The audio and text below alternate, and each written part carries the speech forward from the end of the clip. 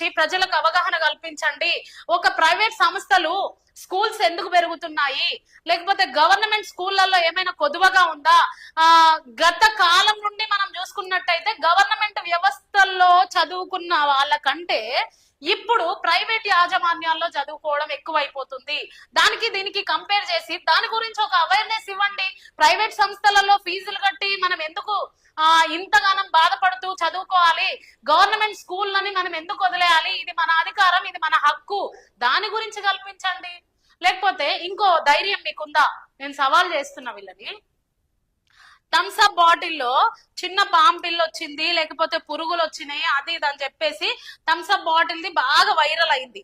ఈ Thums Up bottle ని celebrities ఉంటారు కదా, మహేష్ బాబు కావచ్చు, పవన్ కళ్యాణ్ కావచ్చు, ఇంకా కొంతమంది హీరోలు బాగా కోకో కోలాని, థమ్స్అప్ ని, కూల్ డ్రింక్స్ ని ప్రమోట్ చేసిండ్రు.